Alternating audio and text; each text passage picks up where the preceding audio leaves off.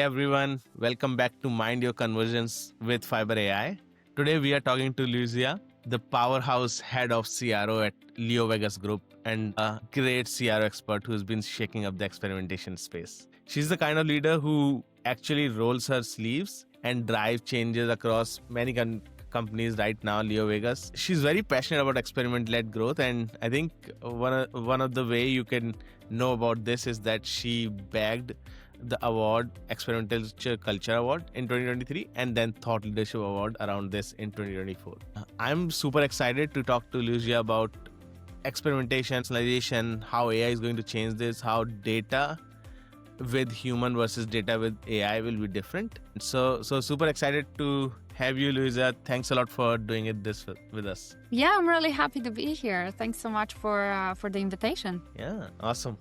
And Luiza, I was reading about some of the things on your LinkedIn and what's available in public domain. Hey, I read that you have a hobby in bird photography and ornithology. How did that start? Yeah, that is correct. So, during COVID in 2020, a lot of us went through a certain shift. And that could be shift in mindset, the hobbies, careers. So for me, in Sweden, we were not going to the office at the time. It seemed like the environment got quieter and the bird sound started popping up. So yeah, I think it was purely out of boredom that we turned towards the nature and started seeking the beauty there. So yeah, that's how my journey with the bird started. And ever since, I've been trying to capture all the 251 breeding species in Sweden with my camera. So yeah, it's been a journey. What's your number right now? I am at 146, so a little bit over halfway. Halfway. Yeah. Nice. Did you do all of this in your backyard or were you walking around? I think COVID time everything was shut down, right? Or were you openly walking, or you have in Sweden it was different? Yeah, we were very blessed in Sweden that they left the nature open so we could still go for walks in our neighborhood and enjoy the nature. But you're right that we started in our neighborhood. So it was definitely the first bird I think I captured was the woodpecker in the garden in front of my house. So, you just get amazed by the colors that the birds have. When you don't pay attention, it just seems like every bird is the same. But when you start noticing the details, the colors, birds are actually quite colorful. I don't think we realize it when we don't pay attention. Yeah, cool. I actually saw yesterday a bird. I don't know what's it called, but it was fluttering really, really fast, really moving fast. I mean, maybe some species. I didn't look at, but it was insane to watch because the movement was so fast. It kind of you could consider it more like a bee, because it was this small and moving really fast. Yeah, I wouldn't even attempt to guess because you're on totally different continents. I'm still trying to get my European birds right, so I'll stick to that. Cool. Luiza, so awesome. So you have had a great journey and you've worked from companies like Electrolux and now with LeoVegas.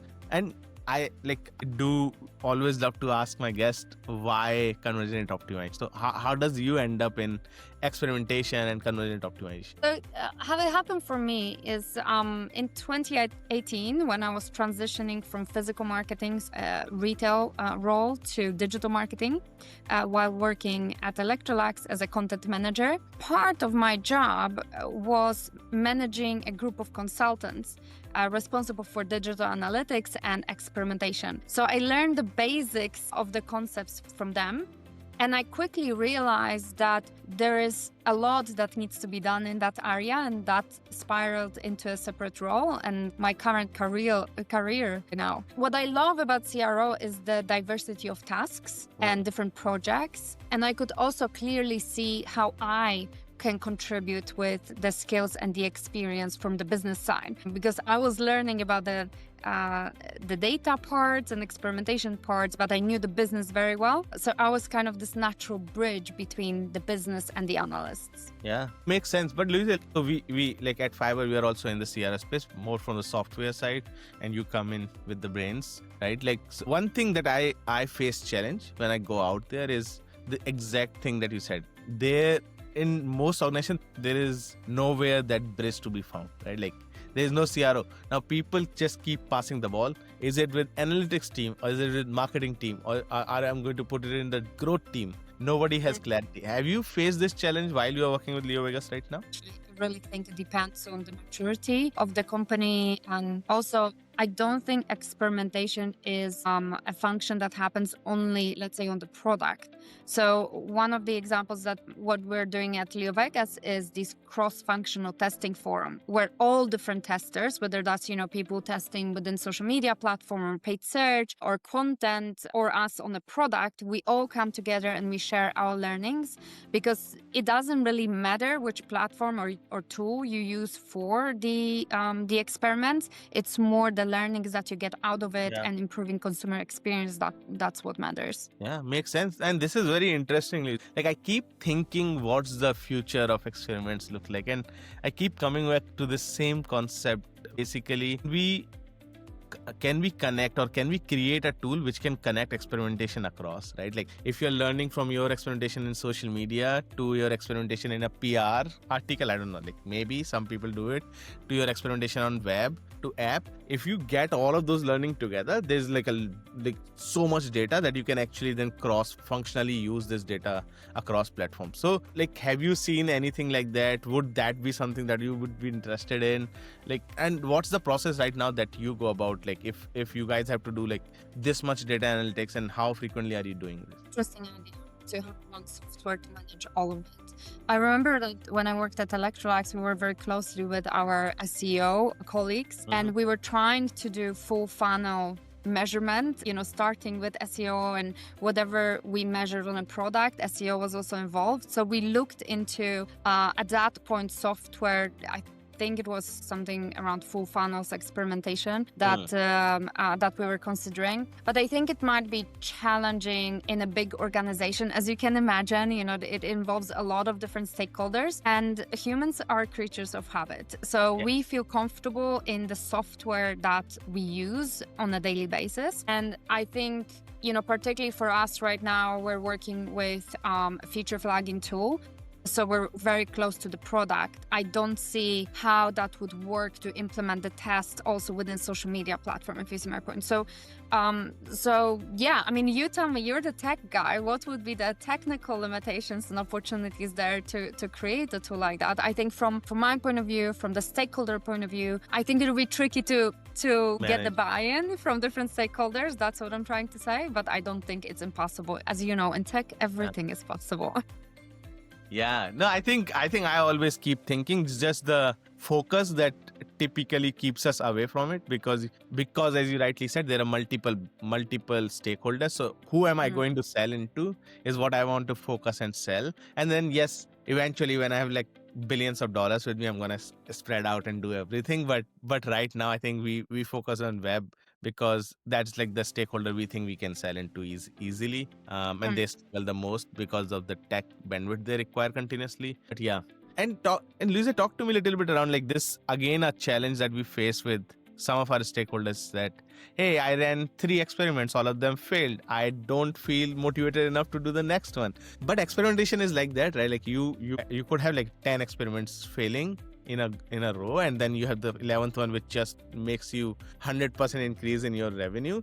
Like, how do you keep yourself motivated, or how do you keep people around you motivated when it comes to CRO and experimentation? Yeah, I think that's a really interesting example you gave. What I'm very grateful for is that those big companies where experimentation is part of everything they do, thankfully they shared their statistics of the percentage of winners. And we also know that, the booking.coms, the Airbnbs, they don't have 100% win rates. That's not the reality.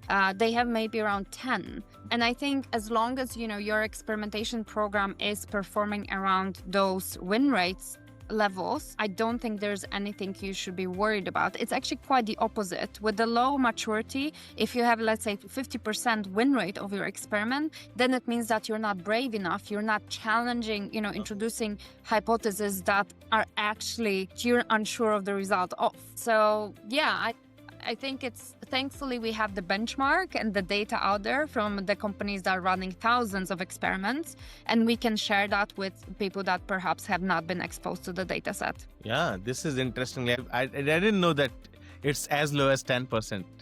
Yeah, it's like, and I like the idea around that if it's higher, you are not you're not experimenting enough, right? Like I think like some of the examples that you talked about, like booking.com, I think travel in general, even Airbnb, like these guys have been the most experimentative companies, like keep testing, keep figuring it out.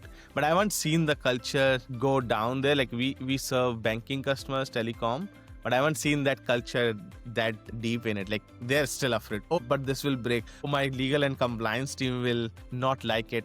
I think I agree. Like I think the reason why these companies are so big and like have been growing so fast is because of experimentation. Next question, like I know we talked about this multi-stakeholder environment and bringing them together, discussing and realizing what is working across channels and then using that data. What's your take on like ingesting data into AI and using it? Because there's a lot of platforms that have popped up who says that they can do a better data analytics and data analysis than humans using AI. So have you used any tool? What's your take on it? Like, did you like it as a user? How is your experience with it? Yes, I think when it comes to AI and looking at how AI is the driving force behind what's coming up with CRO in the future. I think we're already there. We're seeing a lot of it happening. I mean, just when we're recording this podcast, off of the announcement of acquisition of StatState by OpenAI by $1.1 billion. Yeah. And I think that's absolutely amazing and a testament to the direction in which the industry is going. I think just 3 weeks ago, I was quite skeptical about AI since the only kind of part I knew of it was the chatbot use cases, and Yeah. I saw the limitations of it. But I have since taken a part in the AI fluency cohort. That increased my confidence and opened my mind to the opportunities connected particularly to AI workflows and AI agents. And I think that's really where the true magic lies, with automating our daily monotonous tasks. So I'm very proud that I already built my first workflow in N8N, and I have been actually using quite a lot of automations in Airtable. Airtable is our program management tool. I just didn't realize that these were workflows. So yeah, I think a lot of people don't know where to start with AI. And I think this cohorts that the guys are organizing is a great place to start. I also attended an event yesterday organized by Google, and they talked about there being 4 foundations to be able to fully utilize the benefits of AI in an organization. And they mentioned some of the foundations, like, making sure you have a proper data warehouse, making sure that you have your data structure, curiosity. So, looking for those new ways of working and optimizing. But they also mentioned this test and learn way of working. So experimentation.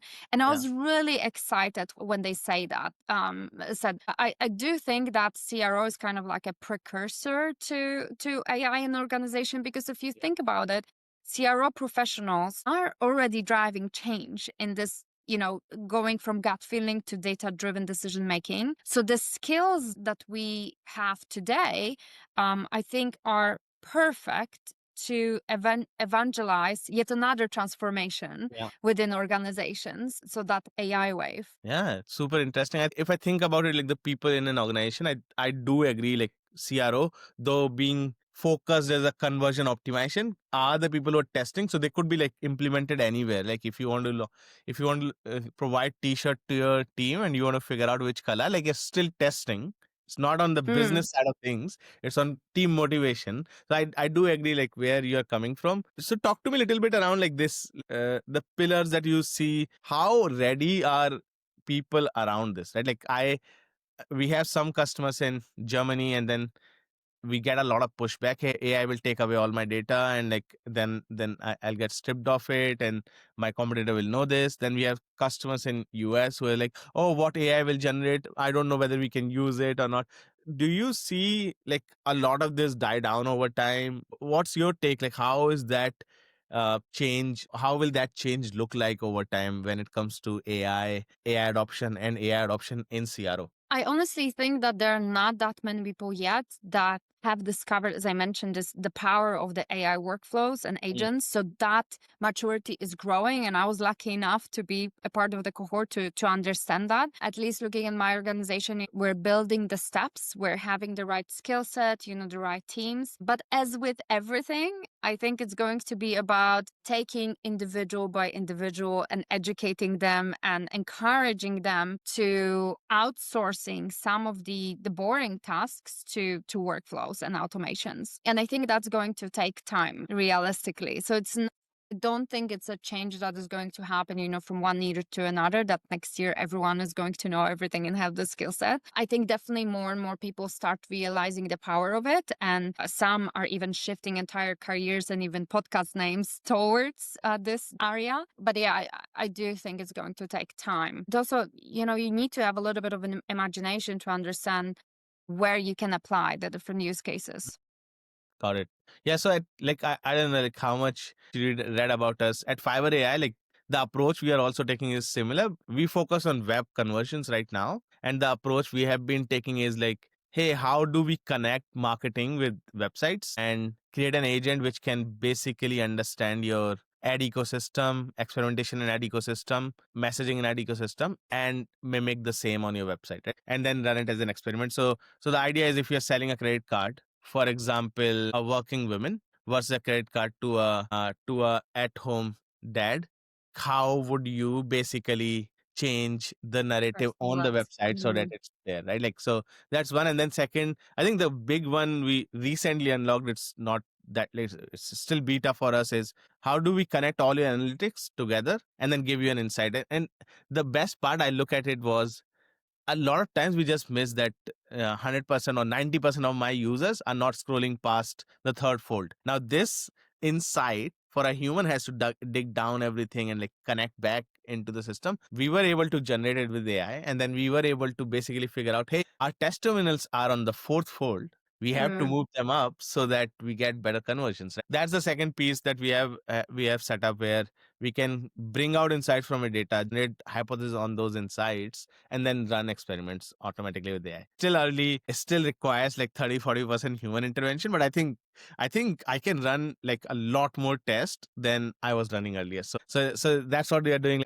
I do believe agents is the next way when it comes to AI. If you can write the right workflow, put a thinking mind into it, that's the approach that one should be taking. Yeah, taking your two use cases, I really like the first one where you talked about kind of a full funnel, right? Because today what you see is that professionals are either running tests within paid media space, so the marketing area, or they are running tests on the product. Yeah. And I think this combination of running a full funnel test from an impression or a ad marketing activity down to a conversion on a product, I think that's an interesting one for sure.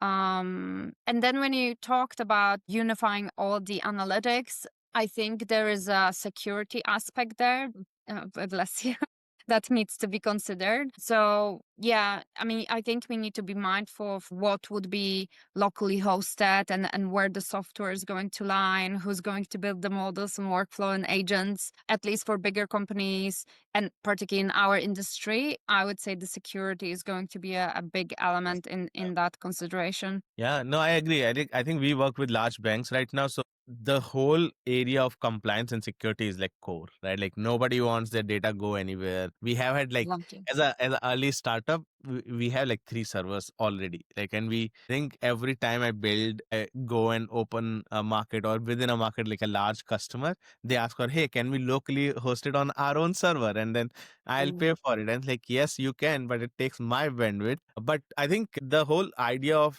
keeping the data local, I think a lot of these LLMs who are the foundation for a lot of AI application building, they have also started being very, very open to not taking the data back. They've started putting guardrails where you can actually do stuff from their end, but don't push back anything, right? So you can run your mini AI model within the system and use the backend, the large LLM models from these players. So I think that problem has solutions evolving right now. It's not that it's just a lot of times it's the security professionals within the organizations, the compliance guys, who are not aware either, or who are afraid that something will break. And I do think there'll be at least 10 or 15 incidences where something will break for sure. But that's like nature of change, right? Like you cannot have everything perfectly going out there. So we'll see like where this will go. Cool, Luisa. I will change course here. I want to hear more about your awards, right? Like you have the Experimentation Award, where you won the Experimentation Culture Award, and then the Thought Leadership Award. Like talk to me about the award, and then talk to me about how do you, like if you are going in an organization which does not have a experimentation culture, how do you go about setting it up? Yes, but I'm very grateful for the recognition I received for my work, particularly winning, the 2023 Experimentation Culture Award. That opened a lot of doors, a lot of speaking opportunities, and gave me a lot of visibility, which I didn't expect. And I'm really grateful to Ton Vesseling for organizing Experimentation Culture Awards every single year. I think it's very valuable and an insight-rich event, and I just wished more people knew about it. Winning an award is, of course, flattering, but I think it also puts a lot of pressure on you to, want to do more and want to do better and to prove that you deserve it. So, if that makes sense, the imposter syndrome. So yeah, I think it's definitely a motivational kick to try to do more and give back to this amazing CR community that we have. Got it. And Lisa, talk to me like if you have a day and if you're an organization which does not have an experimentation culture, how would you go about like telling them that they should have it? Yeah, so that was LeoVegas, right? So I Yeah. won the award together with Teletoon, and we were very, very proud of that achievement. And when I joined LeoVegas, we were basically starting from scratch. We were going from running no experiments to now recently we reached the 40 mark this year. Our goal for this year Ooh, is nice. 50. So we're very happy with the velocity we achieved at LeoVegas. And if you haven't won an award yet, the only thing that keeps you from that is applying. So Mm, we applied for Experimentation Culture Award this spring. Maybe it was a little bit too early, we didn't have the results yet, but we're definitely going to keep trying and apply next year again. And hopefully with our success with velocity and changing the culture at LeoVegas to being more and more data driven, which again, as said, is that precursor and foundation needed to fully leverage AI in the future. yeah. I think, we will fight again as long as it takes to get the recognition. So, I mean, Nice. that's all you can do, right? You can try to do your best and then just apply for the competitions out there. There are many out there. There's also Experimentation Elite, and I think there's Digital Analytics Awards as well. I think it's called DDMI. Okay. Got it. Cool. And you talked about the experimentation velocity, Luisa. What do you think is the ideal experimentation number? Right? Like I've heard people running 4 in a year, and I've heard people running 400.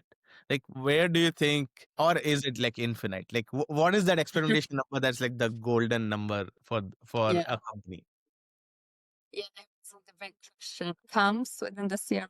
There are those that talk about quantity, and there are those that talk about Yeah. quality. I'm very much on Bronco Javi's wagon.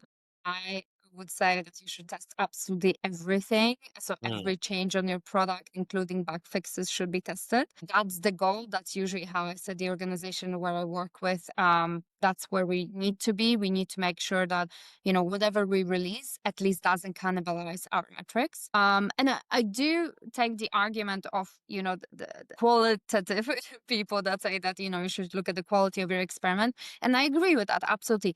After you have reached certain velocity level. And the reason why I say that is, as I mentioned, when I joined LeoVegas, I think they've done maybe 10 tests that year. And when I joined, there has been a period of I think 3-4 months where they haven't run a single experiment. mm, And when we started testing, we actually realized that our setup is incorrect. Some of the SDKs were expired. There are so many things that you need to consider. And I think we have since done around 15 or 20 improvements just to the technical setup of experimenting. And mm. you cannot do that if you're running 4 tests a year. I'm sorry, Yeah. but you can't. Like you need a certain level of velocity to be able to find these technical improvements, to be able to to grow and mature and understand a little bit better technically also your setup, you need this repetition. You need that oil in the system and the machine to test the process. If you have no experiments to test your process with stakeholders, none of your forms are going to work. Prioritization is not, I mean, you need the velocity to test all of these. And then, as said, yes, once you reach, let's say, this velocity, whatever that is for organization, for some small ones, it also depends on the traffic you have. But for this, smaller ones, it might be 100, 200 tests that you run a year. But for IKEA, that might be 1,000, 2,000 tests you run a year. It really depends. I don't think there's a magical number that you need to do. It's more about, making sure that you have enough to learn and to optimize your technical setup. That's my take on it. Yeah, makes sense. And if you can share, like, I know you mentioned 60 tests this year that you want to run at Las Vegas. How did you decide on that number? This year we're gonna run 60 tests. Yeah, I think it's always an interesting question. How do you set the targets based on zero velocity, let's say? In my case, I obviously had experience of running experiments both at Electrolux and Tele2, and I could see, depending on the number of developer resources that I had, you can plan on these things. So there are different types of tests that you would run. We divide them depending on, who is developing the variation. So we gave a target to our dedicated developer on how many tests we need to do per month. So that was a portion of the target. But then we also talked to the product organization, what should be the target of them testing a portion of the changes that they release. And it's always like the question, okay, where should you start? Should you start with testing 1% or 5% or 10% of everything you release? For me, the most important is, regardless of the numbers, that you start. So we started with 5% because the before was 0. Yeah. So, just starting with a target. Now, thankfully, we reached our target and we're doing better and better. Once you reach that initial target, then you can aim for more. Okay, we've done 5%. Awesome. You can see, the change in organization behavior, way of thinking. That's what you get out of it. I think that's the most powerful. And then you need to adjust it to where the organization is at. If we already, by Q4 will reach 10%, then obviously it doesn't make sense to set a target for 10% for next year. You need to go further, right? So I think it's like a dance between your experience, basing what development resources that you have available, and also the speed of change at an organization. So I think if you take all these into consideration, you start setting up the targets. And it wasn't such an easy journey. So our target was 50, and I'm just talking about tests on products. So it's app and web. I'm not talking about any of the additional channels. And right now, we feel very comfortable. But before the summer, that was not the case. Actually, before the summer, we were running behind because we plan our targets per month. And I think we were 2 tests behind in June. So we were below, the progress we would like to make. And it was actually the effort we've done during the summer that brought us to this very comfortable place in which we're at the moment. So, I think I'm pretty confident we'll reach our target and probably exceed it. So that's very exciting news for the team and motivation boost for the whole organization. Awesome. Cool.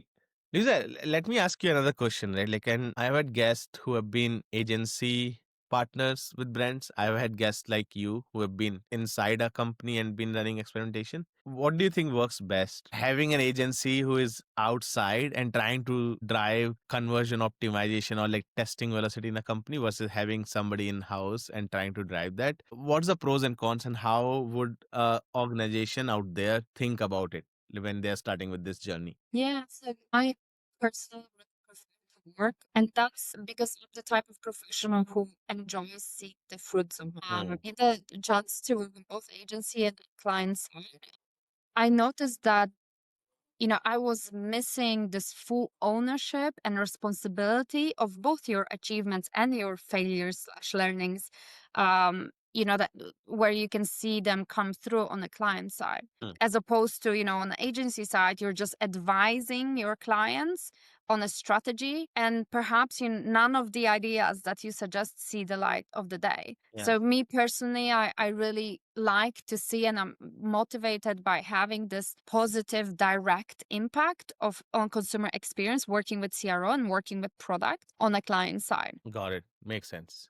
Luiza, last question on this side, right? I want to really understand I have a prospect who we created some direction on how we are going to go about the conversion, and then we suggested, hey, we'll do a copy test, we'll do a button color test, we do like some changes in the layout, and then they came back and said, hey, we want to do something transformational as an experiment, right? Like we want to change this entire. How do you handle such cases, like where somebody feels the change is only good to be tested when there's like a huge change, like it's not like one word or one keyword, versus actually in CRO you realize, hey, it's the heading that's actually creating problem, and testing that heading is enough. Like how do you handle such customers? What do you tell them? Even in your organization there might be people who, no, we are not changing enough, we need to change a lot more. How do you go about it? How do you set what to change and how much to change? Yeah, to be honest, if someone came to me with that, I would say that's a luxury problem. I would welcome that with open arms,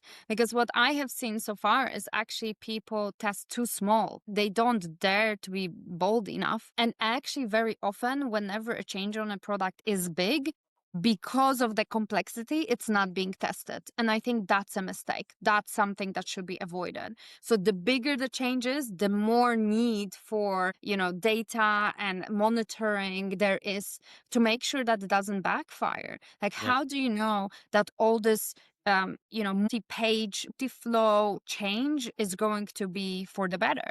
I Mm. mean, just based on 5 interviews with potential prospects, that's not good enough. Yeah. So I would say if someone comes to me and says that we have this big thing we want to test, I'll be like, let's do it. Let's go. And of course, then, as you say, it's very hard to pinpoint specifically, but you can then, based on the tools that you have, see in session replays of the variation, how the users navigate and interact with that navigation. It's much easier to turn off the flag and fix the issues that you see and release it again. But at Mm. least you have the proof, you have the data that the implemented change has not been actually beneficial on your KPIs. Whereas when you don't test that, you have nothing. You Yeah. have a discussion of opinions, right? So this is my opinion, this is your opinion. And then you can also look at obviously the performance in your measurement tool after the change, but there might be 500 different reasons and excuses that the change makers can use as an example of justifying the poor performance. So yeah, I would be very, very happy if actually we tested more bigger changes. Yeah, I love the attitude, like jump in, figure it out, and then once you have some data, then we start like dissecting it and feeling whether it's a right change or not. Cool, makes sense. Luisa, I loved having you here. Let me do the last section, which is more about personal life. I always ask these questions to folks. So you've done a lot of conferences, right? Like you said you have had speaker opportunities.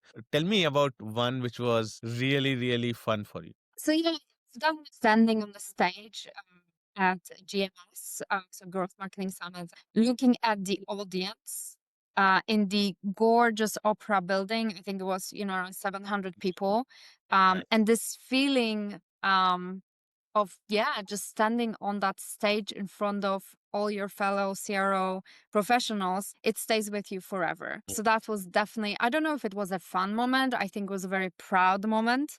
I think also, when I had the chance of speaking at Experimentation Elite, I was very proud and just felt like an achievement really to be there and being able to call yourself Experimentation Elite, feels very, very good. And also, just this spring, I had the chance of speaking in front of my home crowd in Poland at Women in Tech. And there has been so much appreciation and so much positive energy that I received from that event that I definitely took that with me for the next couple of months. So overall, I very much enjoy going to conferences and learning from other speakers during conferences.